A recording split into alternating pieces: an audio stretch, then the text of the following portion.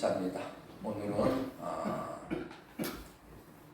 요한복음 15장 1절에서 8절까지 말씀을 가지고 송년주일로 하나님 앞에 예배하고자 합니다. 오늘 말씀의 제목은 참 포도나무와 가지입니다. 그리고 가지의 사명이 무엇인지 다시 한번 오늘 말씀을 통해서 하나님 앞에 다시 한번 말씀을 통해서 다시 한번 여러분들 가지에 꼭 붙어있는, 올해까지도 여러분 참나무에, 참포도나무에 붙어 있었지만 앞으로도 새해에도 참포도나무에만 붙어 있으면 여러분들 변할 수가 있습니다. 오늘 말씀을 듣기 전에 우리 옆에 사람 보면서 한번 인사합니다. 좌우 앞뒤 이렇게 보면서 2024년 한 해 동안 살아오시다가 얼마나 힘드셨고 고생했는지 여러분 옆에 사람 보면서 위로하시면서 이렇게 한번 인사합니다. 한 해 동안 살아오시느라고 고생하셨습니다 라고 옆에 사람 보면서 인사 다시 합니다.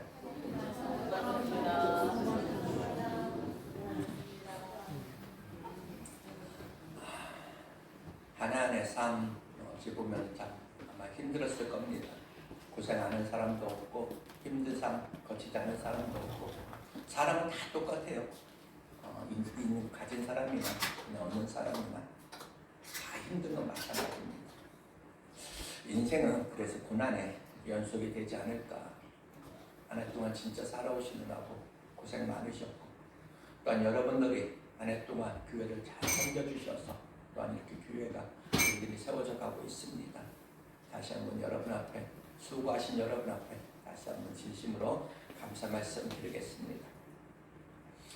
오늘은 한 해를 마감하는 송년주일로 드리고 있습니다. 다사다난했던 이 한 해를 다시 한번 마감하면서 송년주일로 이렇게 경건한 마음을 가지고 예배했을 즉 하나님이 여기까지 지켜주심에 대해서 감사로 드려지는 귀한 시간입니다. 여러분 2024년 이제 서서히 물러가고 있습니다. 우리 삶에 펼쳐졌던 그런 2024년이라는 이 시간은 벌써 과거라는 그런 역사 속에 어떤 그 수레바퀴와 함께 이제 뒤안길로 돌아가고 있습니다.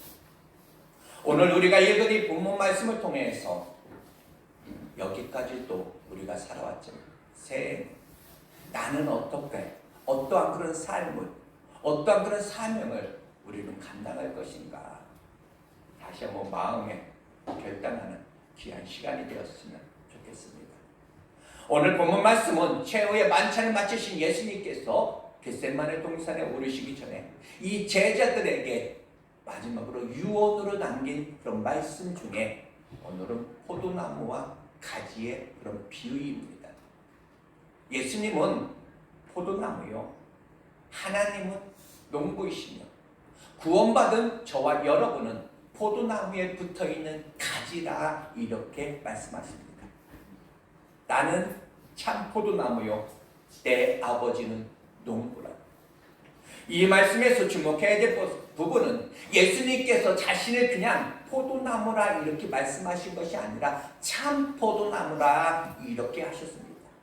여기서 참이라는 말은 어떤 거짓과 반대되는 그런 개념을 의미하는 것이 아니라 완전하다, 거룩하다, 영원하다 라는 그런 말을 가지고 있습니다. 사실 우리는 이 참포도나무의 어떤 가지로서 자격이 없었던 그런 사람들입니다. 참포도나무와 전혀 어울리지 않았던 그런 사람, 우리 모습이 바로 우리들이 아니었는가. 그런데 어느 날 이 농부 되시는 그 하나님께서 이 참포도나무이신 그 예수님께 자격 없는 도저히 어울리지 않는 우리를 주님의 자녀된 자로 다시 한번 그 포도나무에 접붙여 주셨다라는 사실입니다. 이렇게 주님의 자녀된 자로서 주님이 내 안에 그리고 내가 주님 안에 거하게 되는 겁니다. 이렇게 접붙여진 받기 전에는 우리의 소속은 어디에 있었는가? 우리는 어떤 삶이었는가? 성경의 에베소서 2장 3절은 이렇게 이야기합니다. 전에는 우리도 다 그 가운데서 우리의 육체의 욕심을 따라 육심을 따라 지내며 육체와 마음이 원하는 것을 하여 다른 이들과 같이 본질상 진노의 자녀였다 이렇게 말합니다. 그러니까 육체의 어떤 욕심을 따라서 육체의 어떤 그 마음이 원하는 대로 그렇게 끌려다니는 본질상 우린 진노의 자녀였는데 어느 날 이 포도나무에 붙여져 있는 그 가지가 되면서 우리가 그 포도나무에서 영원을 공급받고 거룩을 공급받는 그런 존재가 되었다는 겁니다. 사망 가운데 있었고 마귀에게 속해했던 우리의 어떤 신분이 완전히 바뀌어버렸다는 겁니다. 죄의 종이었고 사망의 어떤 종이었던 우리가 참 포도나무의 접붙임을 받으면서 그 죄와 사망에서 자유한 자 되어서 이제는 참 포도나무의 어떤 그 진액을 그 거룩성, 완전성, 그 영원성을 우리가 공급받는 그런 우리의 모습이 되었다. 삶이 되었다. 바로 이 참 포도나무의 접붙임을 받은 그 주님의 자녀가 되었으니 본질적으로 그 신분이 우리의 그 삶이 완전히 바뀌어버린 겁니다. 사울이 바울 되듯이 시몬이 베드로가 되듯이 본질상 진노의 자녀였던 우리가 하나님의 자녀로 이제 바뀌게 되니 어느 날부터인가 우리가 거룩을 알고 거룩을 추구하는 자가 되고 우리가 천국을 알고 천국을 추구하는 그런 삶이 되고 우리가 영혼을 알고 그 영혼을 추구하는 자가 되었다는 겁니다. 어느 날부터인가 용서가 아니면 아니 되는 그런 사람으로 우리가 사랑이 아니면 아니 되는 그런 삶이 되는 겁니다. 전혀 자격이 없었고 가능성이 없었던 우리가 그렇게 변화되더라는 겁니다. 여러분 이런 말씀 드려도 될지 모르지만 여러분 마약 종류 중에 양귀비라는 그런 말 들어보셨습니까? 그 아편 저는 잘 모릅니다. 저는 그런 거 취급 안 합니다. 오해하지 마시고 우리의 어떤 보면 윗세대 그 어른들은 그 어떤 약이 부족할 때 그 양귀비를 한 그루 두 그루 어떻게 보면 집에서 이렇게 그 옛날에 길렀다라는 그런 이야기도 있습니다. 이 아편의 어떤 중독성으로 인해서 지금 현재 재배는 금지됐습니다. 사실 이 중독성만 아니라면 약초 중에 최고의 약초가 바로 이 양귀비라는 겁니다.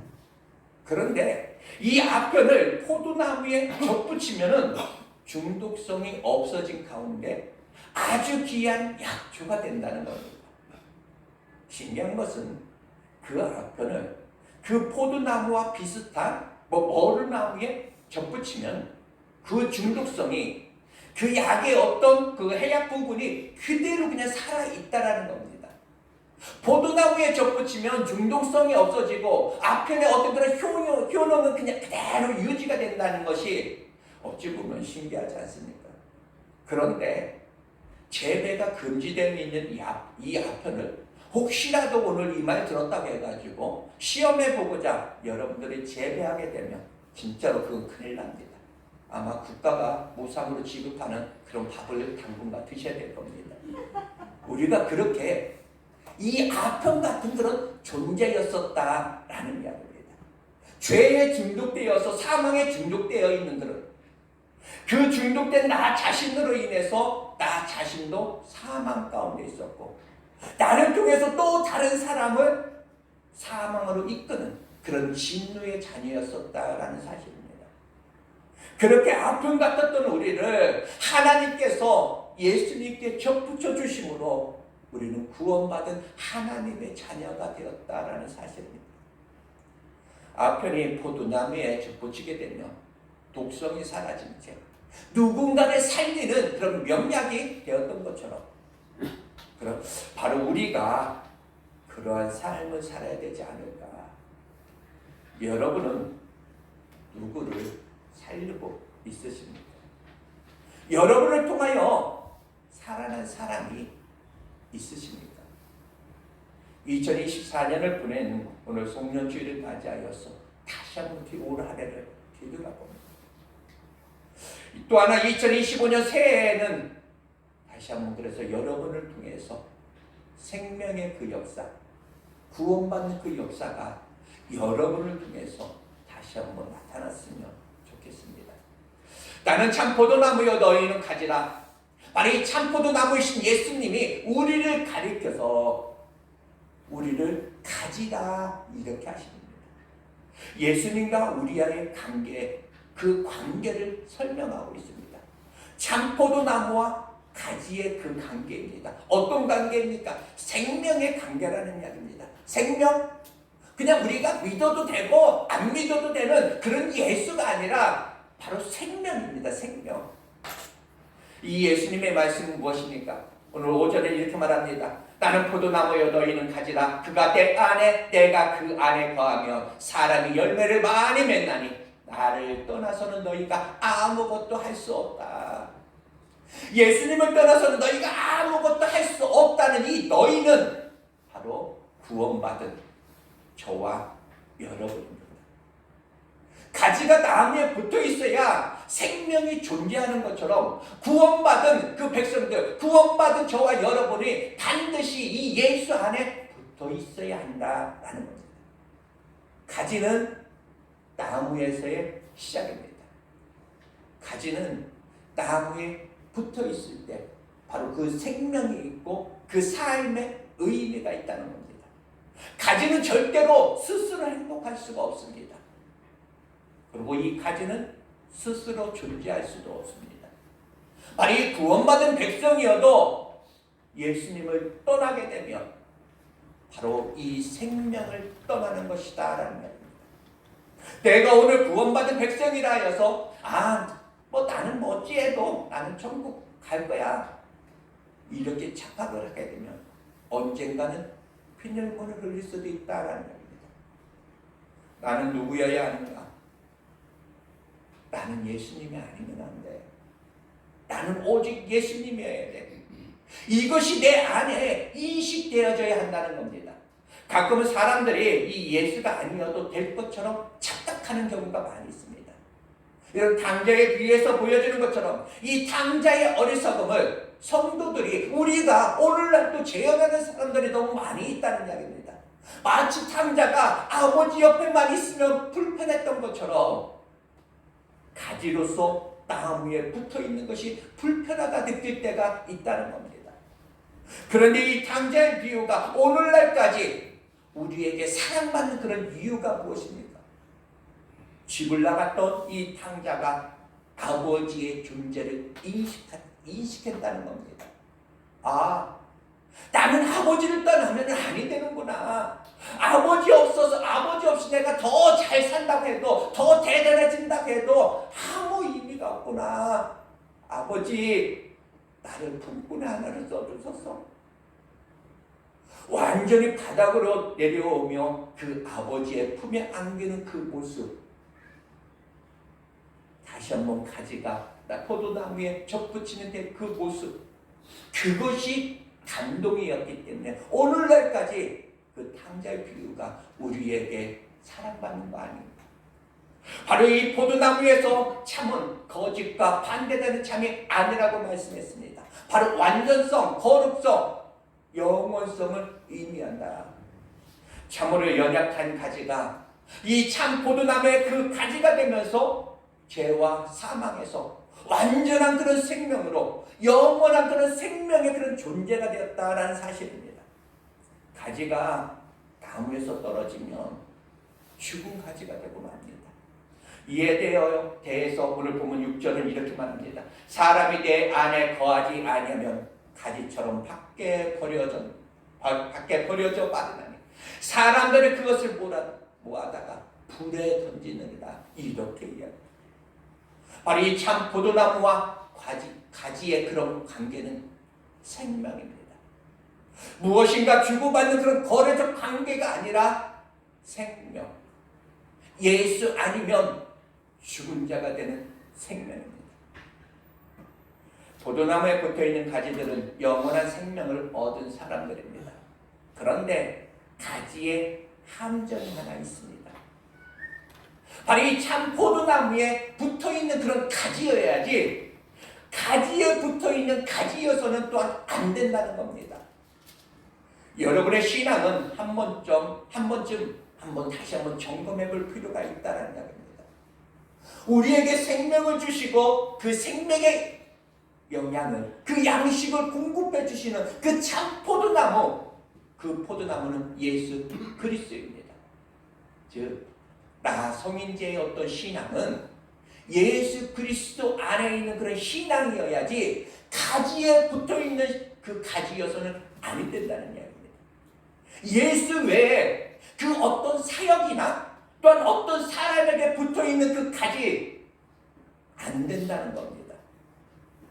마귀가 많은 그리스도인들을 바로 이 참 포도나무보다는 가지에 붙어있는 가지가 되게 하려는 것이 이 마귀입니다. 가지에 붙어있는 그 가지, 누군가를 의존하는 의존적 그런 신앙, 절대로 거룩을 공급받을 수가 없고 영혼을 공급받을 수가 없고 완전을 공급받을 수 없다라는 겁니다. 가지에 붙어있는 가지가 되지 말아야 되는 그런 이유는 그 가지가 나빠서가 아닙니다. 그 가지도 그만큼 연약하기 때문에 그렇습니다. 가지를 의지하면 그 가지가 흔들릴 때 나는 흔들리고 싶지 않아도 덩달아 흔들리는, 그 가지가 포도나무에서 떨어질 때 나는 떨어지고 싶지 않아도 나는 떨어지게 되어 있습니다. 무너져 버린다는 겁니다. 예를 들어서 예수님의 왜 내가 어떤 사역에, 내가 그 사역에 있어서 내가 교회를 가고 내가 사역이 없어서 내가 교회를 안 간다면 그것은 아직도 포도나무에 붙어있는 가지가 되지 못한다는 겁니다. 오늘 여러분이 예수님 앞에 와서 예배하는 것은 여러분들은 가지로서의 예배입니까? 아니면 그 무엇 때문입니까? 마귀는 수단과 방법을 가리지 않고 가지에 붙어있는 그 가지가 되게 한다는 겁니다. 그때는 누군가를 의존하는 이 의존성이 있어서 우선은 무엇인가 우리가 눈에 보여지는 것이 있어서 저 권사님이 나를 잘해주니까, 나를 전도해준 그 사람이 잘해주니까 교회에 오고, 그렇지만 언젠가는 그것이 다 사라져야 된다. 사라져야 된다. 바로 나와 주님과의 그 관계, 이것이 중요하다. 여러분이 오늘 여기에 누구 때문에 오셨어도 상관은 없습니다. 그러나 앞으로의 어떤 1년이 가고 2년이 가도 누구 때문에 내가 교회에 나오는 사람이라면 언젠가는 그 누구 때문에 또 한 번 실망하고 좌절을 경험해야 할 것이다 라는 이야기입니다. 주님과 나와의 관계는 생명의 관계입니다. 모진 바람 속에서 나를 지켜내야 하고 모진 아픔 속에서 나를 지켜내야 한다는 거, 신앙적 자립이 있어야 된다. 또 우리가 누군가를 전도했어도 언젠가 그가 내 울타리 안에서 벗어나서 주님에게 붙어진 어떤 그런 주님과 그런 아름다운 어떤 신앙적 그런 삶을 살아가도록 옆에서 지켜주고 응원해주는 거, 이것 또한 중요하다는 겁니다. 여러분이 혹시 목사님 때문에 아니면 부목사님 때문에 전사님 때문에 누구 때문에 여러분들이 신앙생활을 해도 언젠가는 목사님은 싹 여러분들 밀어내야 된다. 저라 할지라도 밀어내야 된다. 그 누구라 할지라도 밀어내야 된다. 주님과 나와의 관계입니다. 이것이 절대 신앙의 원리입니다. 주님이 얼마나 나와의 그 관계를 우리 주님이 욕심내시는지 몰라요. 그래서 딱 하나, 너희는 내 안에 있고 내가 네 안에 있고. 여러분 평생 주님 나라 가는 날까지 누구 때문에 흔들리고 넘어지는 것이 아니라 진짜 그 주님만 다시 한번 여러분 안에 분명해지기를 다시 한번 주님의 이름으로 축복합니다. 가지의 사명을 잠시 한번 그냥 볼게요. 이 가지의 사명은 농부 되신 하나님의 기대에서 시작이 됩니다. 농부 되신 하나님은 뭐 땔감을 원하는 것이 아니라 바로 이 포도 열매, 그 열매를 구하는 것이니 우리 자격 없는 우리를 참 포도나무에 접붙여 주셨다는 이야기입니다. 농부는 보기 좋은 어떤 정원수를 원하시는 분이 아닙니다. 잎만 무성한 어떤 나무 원하시는 분이 아닙니다. 바로 이 농부의 가지에 대한 그런 기대에 대해서 오늘 2절은 이렇게 말합니다. 무릇 내게 붙어 있어 열매를 맺지 아니하는 가지는 아버지께서 그를 제거해 버리시고 무릇 열매를 맺는 가지는 더 열매를 맺게 하려 하여 그것을 깨끗하게 하셨다. 이렇게 말합니다. 바로 이 참 포도나무에 참 가지로서의 맺혀야 할 그런 열매들이 있다라는 겁니다. 농부 대신 그 하나님 앞에 여러분이 맺어야 할 그 열매는 무엇입니까? 참 포도나무에 붙어있는 가지는 시편 1편 3절은 이렇게 이야기하죠. 그가 시냇가에 심은 나무가 철을 따라 열매를 맺으며 그 잎사귀가 마르지 아니함 같으니 그가 하는 모든 일이 다 형통하리로다. 철을 따라입니다. 봄, 여름, 가을, 겨울. 이 사철에 열매 맺는 과연 나무가 있을까라는 이야기입니다. 있다는 이야기입니다. 뭘까? 어떤 나무일까? 바로 그리스도에게 접붙여진 그런 나무입니다. 시절을 쫓아 열매를 맺으며 그 인생의 어떤 겨울이 와도 여러분의 인생의 어떤 봄이 와도 여러분의 인생의 어떤 가을, 여름이 와도 계절에 따라서 맺어야 될 그런 열매가 있고 겨울에는 겨울에 맺어야 될 그 열매들도 있다라는 겁니다.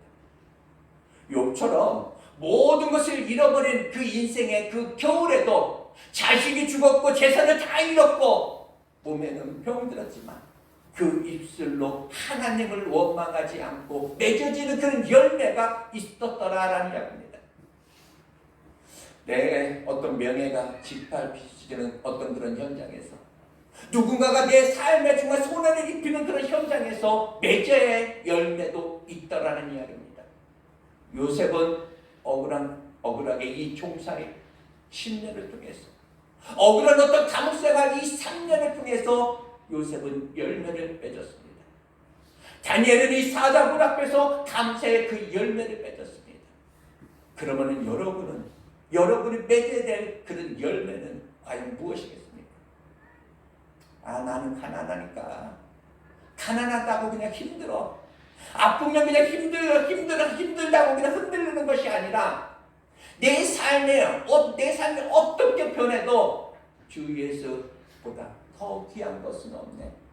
그 안에서 맺어야 될 그런 열매가 분명히 있다는 겁니다. 여러분은 왜 많은 나무 중에 포도나무로 우리를 예를 들었을까라는 겁니다.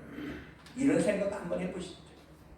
여러분 포도나무 다 못 보신 분은 아마 없을 겁니다. 나무 중에서 열매가 아니면 아무 쓸모없는 그런 나무 중에 하나가 바로 이 포도나무라는 겁니다. 다른 나무는 그냥 열매가 없어도 어떤 작대기라도 쓸 수 있고 열매가 없어도 어떤 그냥 나무 젓가락이라도 만들 수 있고 정말 그러나 이 포도나무는 아무 진짜 쓸모가 없습니다. 부지깽이 하나 못 씁니다. 이쑤시개 하나 못 만듭니다. 그런데 굳이 이 농부가 그 모습 속에서도 기대하는 것이 있다는 이야기입니다. 너희는 먼저 그의 나라와 그의 의를 구하라. 그리하면 이 모든 것을 너희에게 더하시리라. 우리가 주님에게 꼭 붙어 있어서 우리가 그 영혼을 공급받을 수 있다면 영혼을 추구하다 보면 7절은 무엇이라고 말합니까? 무엇이든지 원하는 대로 구하라. 그리하면 이루리라. 농부는 우리를 살려주신다는 겁니다.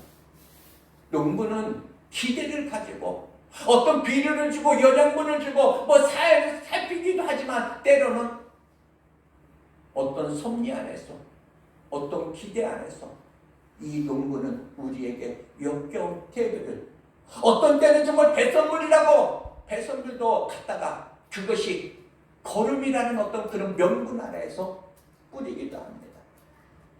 이것이 열매를 맺기까지 또한 가지가 지불해야 될 그런 대가가 아닙니다. 그 역겨운 어떤 태도가 덮여지면 가지는 숨을 쉴 수가 없을 정도의 어떤 고통일 겁니다. 동무는 때로는 어떤 열매를 기대하면서 그 고통의 어떤 그 가지치기도 합니다. 이때는 나를 사랑하지 않나 봐. 나를 버리시나 봐. 그러나 농부는 이 가지치기를 망설이지 않습니다. 왜? 그 다음을 계획하시고 그 다음에 어떤 섭리가 있기 때문에 그렇습니다. 다윗에게 사울은 소독약이었습니다. 요셉에게 이 감옥은 또의 생활은 하나님이 주신 어떤 태비의 그런 걸음이었습니다. 심지어 바울의 그 연약함도 우선은 어떤 필요인 것 같았습니다. 그러나 결국 그 모든 것이 은혜였더라. 하나님의 결국 유익하게 하시는 분이시다라는 겁니다. 하나님이 주시는 것은 버릴 것이 없더라.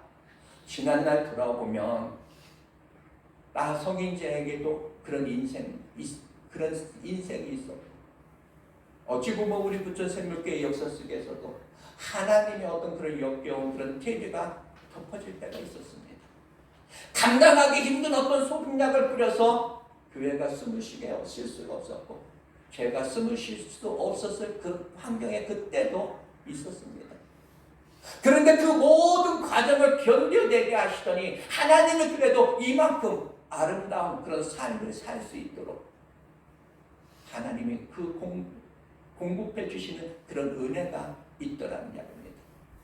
하나도 하나님이 하신 것은 버릴 것이었더라. 하나님은 우리에게 기대가 있습니다. 그 기대 중에 하나가 뭐냐? 또 하나 밑가지가 되는 겁니다. 밑가지가 되는 삶. 교회에서 바로 이 성숙된 그런 그리스도인 우리 성도들의 모습입니다. 많은 가지들을 한번 유심히 한번 살펴보습니다. 나무에서 가지가 연한 순이 올라옵니다. 이렇게 솟아난 그런 연한 가지가 그 가지는 줄기가 되면서 또 다른 가지를 연이어서 그 가지들은 돋보이게 만듭니다.